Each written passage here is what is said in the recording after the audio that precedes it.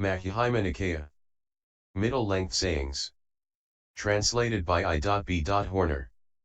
Sutta.central.net. Majjhima Nikaya 107. Ganakamoggallana Sutta. The Discourse to Ganaka-Moggallana, translated from the Pali by I.B.Horner. Thus I have heard, at one time the Lord was staying near Savatthi in the palace of Megara's mother in the eastern monastery. Then the brahman Ganaka-Moggallana approached the Lord. Having approached, he exchanged greetings with the Lord. Having conversed in a friendly and courteous way, he sat down at a respectful distance. As he was sitting down at a respectful distance, Ganaka-Moggallana the Brahman spoke thus to the Lord: just as, good Gotama, in this palace of Megara's mother there can be seen a gradual training, a gradual doing, a gradual practice, that is to say, as far as the last flight of stairs one, so, too, good Gotama, for these Brahmans there can be seen a gradual training, a gradual doing, a gradual practice, that is to say in the study of the Vedas too, so too, good Gotama, for these archers there can be seen a gradual practice, that is to say in archery, so too, good Gotama, for us whose livelihood is calculation 3 there can be seen a gradual training, a gradual practice, that is to say in accountancy. For when we get a pupil, good Gotama, we first of all make him calculate, 1 1, 2 2s, 3 3s, 4 4s, 5 5s, 6 6s, 7 7s, 8 8s, 9 9s, 10 10s, and we, good Gotama, also make him calculate 100. Is it not possible, good Gotama, to lay down a similar gradual training, gradual doing, gradual practice in respect of this Dhamma and discipline? It is possible, Brahman, to lay down a gradual training, a gradual doing, a gradual practice in respect of this Dhamma and discipline. Brahman, even a skilled trainer of horses, having taken on a beautiful thoroughbred, first of all gets it used to the training in respect of wearing the bit. Then he gets it used to further training. Even so Brahman, the Tathagata, having taken on a man to be tamed, first of all disciplines him thus. Morality.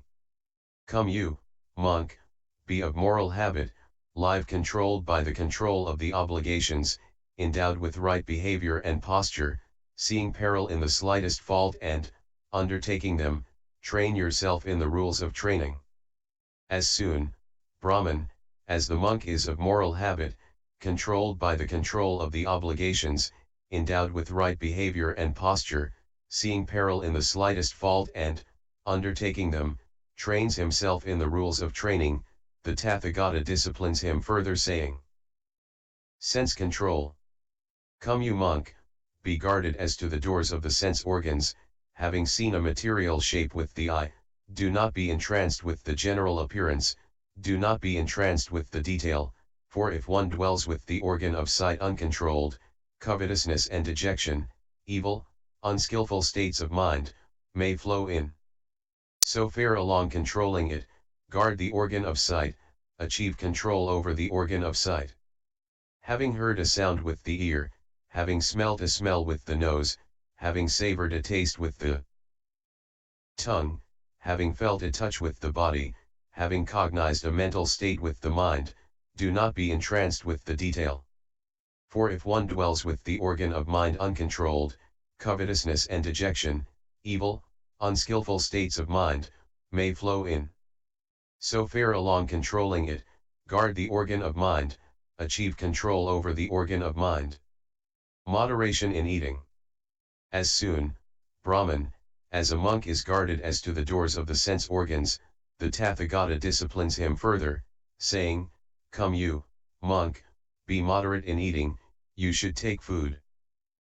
Reflecting carefully, not for fun or indulgence or personal charm or beautification, but taking just enough for maintaining this body and keeping it going, for keeping it unharmed, for furthering the Brahmafaring, for with the thought, thus will I crush out an old feeling, and I will not allow a new feeling to arise, and then there will be for me subsistence and blamelessness and abiding in comfort.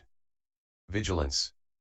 As soon, Brahman, as a monk is moderate in eating, the Tathagata disciplines him further, saying, come you, monk, dwell intent on vigilance, during the day while pacing up and down, while sitting down, cleanse the mind of obstructive mental states, during the middle watch of the night, lie down on the right side in the lion posture, foot resting on foot, mindful, clearly conscious, reflecting on the thought of getting up again, during the last watch of the night, when you have arisen, while pacing up and down, while sitting down, cleanse the mind of obstructive mental states. Mindfulness and clear consciousness. As soon, Brahman, as a monk is intent on vigilance, the Tathagata disciplines him further, saying, "Come you, monk, be possessed of mindfulness and clear consciousness, acting with clear consciousness whether you are approaching or departing, acting with clear consciousness whether you are looking ahead or looking round, acting with clear consciousness whether you are bending in or stretching out the arms, acting with clear consciousness whether you are carrying the outer cloak, the bowl or robe, acting with clear consciousness whether you are eating, drinking, munching, savoring, acting with clear consciousness whether you are obeying the calls of nature, acting with clear consciousness whether you are walking, standing, sitting, asleep, awake, talking or being silent. Overcoming of the 5 hindrances. As soon, Brahman, as he is possessed of mindfulness and clear consciousness, the Tathagata disciplines him further, saying, "Come you, monk, choose a remote lodging in a forest, at the root of a tree, on a mountain slope, in a glen, a hill cave, a cemetery, a woodland grove, in the open, or on a heap of straw." On returning from alms-gathering after the meal, the monk sits down cross-legged, holding the back erect, having made mindfulness rise up in front of him. He, getting rid of covetousness for the world, dwells with a mind devoid of covetousness, he cleanses the mind of covetousness. Getting rid of the taint of ill will, he dwells benevolent in mind, compassionate and merciful towards all creatures and beings, he cleanses the mind of ill will.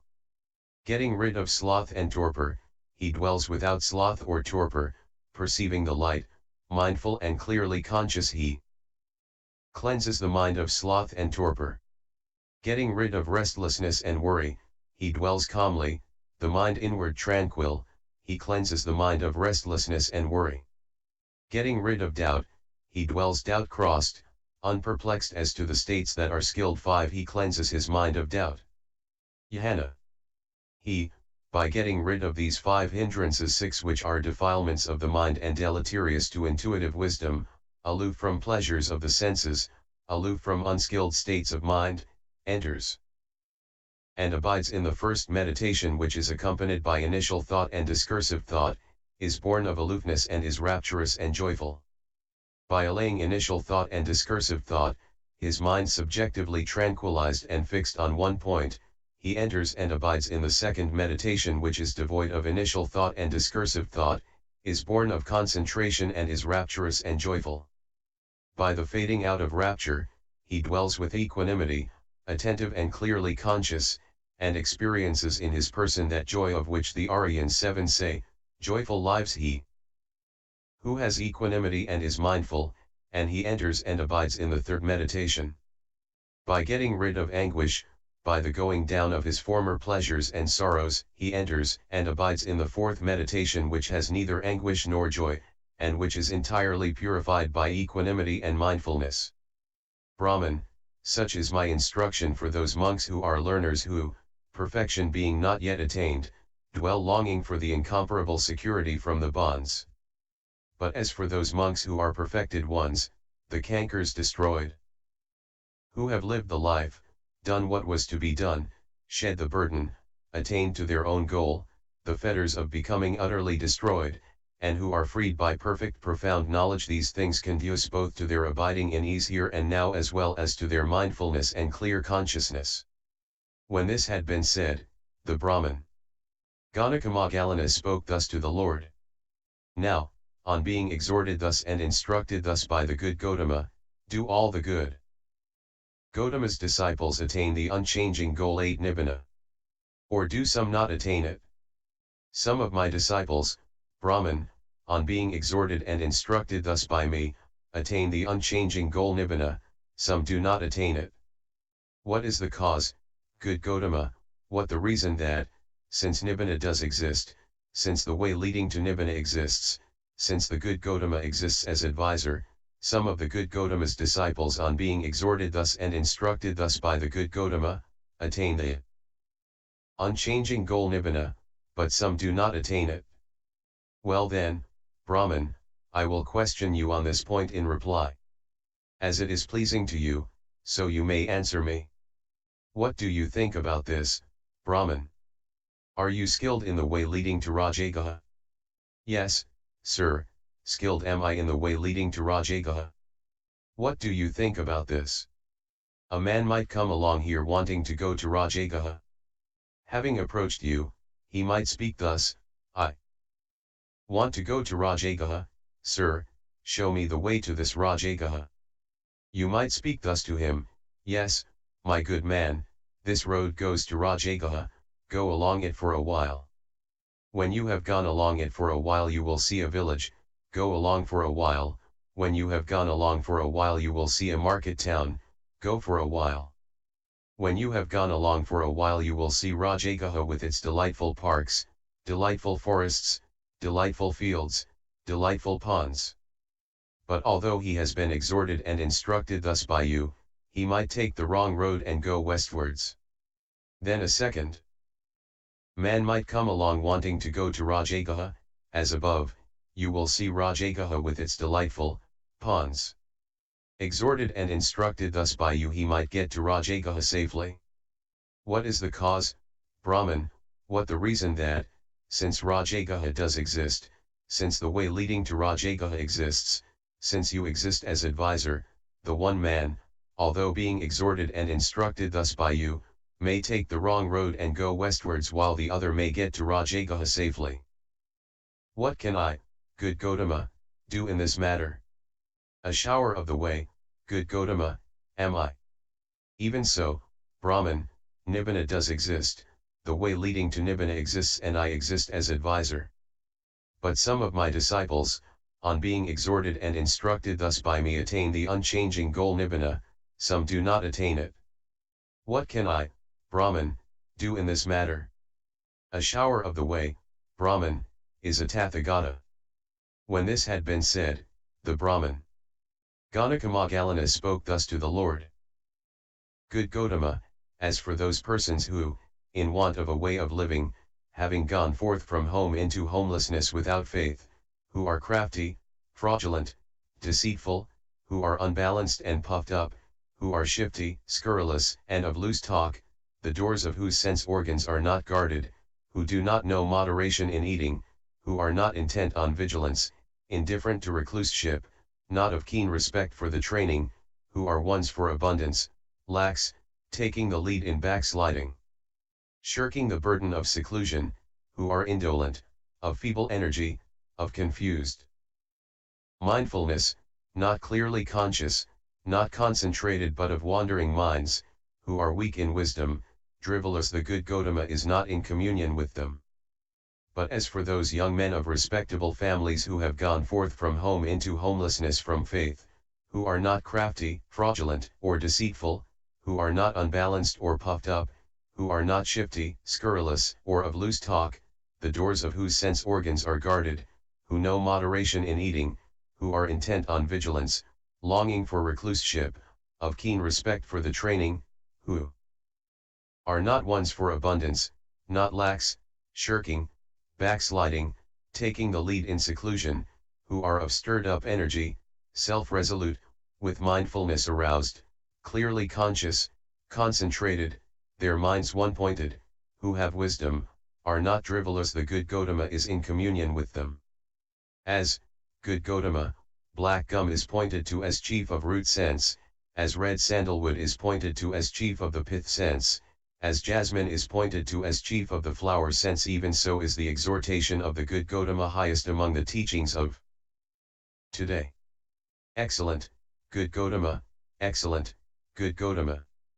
As, good Gotama, one might set upright what had been upset, or disclose what had been covered, or show the way to one who had gone astray, or bring an oil lamp into the darkness so that those with vision might see material shapes even. So in many a figure is Dhamma made clear by the good Gotama. I am going to the revered Gotama for refuge and to Dhamma and to the order of monks. May the good Gotama accept me as a lay follower going for refuge from today forth for as long as life lasts. Notes. 1. A 7-storied palace is not to be built in one day. Commentary. Go back. 2. It is not possible to learn the 3 Vedas by heart in one day. Commentary. Go back. 3. Ganana. From this profession of his, the distinguishing addition to the Brahman's name is derived ed, the will. Go back. 4. Brahmacharyam. This refers to the pure life of a celibate recluse ed, the will. Go back. 5. Kusala. Sometimes translated by salutary, profitable, karmically wholesome. Ed, the will. Go back. 6. On these, see the will number 26. Go back. 7. Arya refers here, according to the Visuddhimagga, to the enlightened ones. Go back. 8. Akantanedtha. Akanta can also mean utmost, culminating, supreme. Go back. Source: http://world.std.com/tilde meta/canon/mojjhimas/mny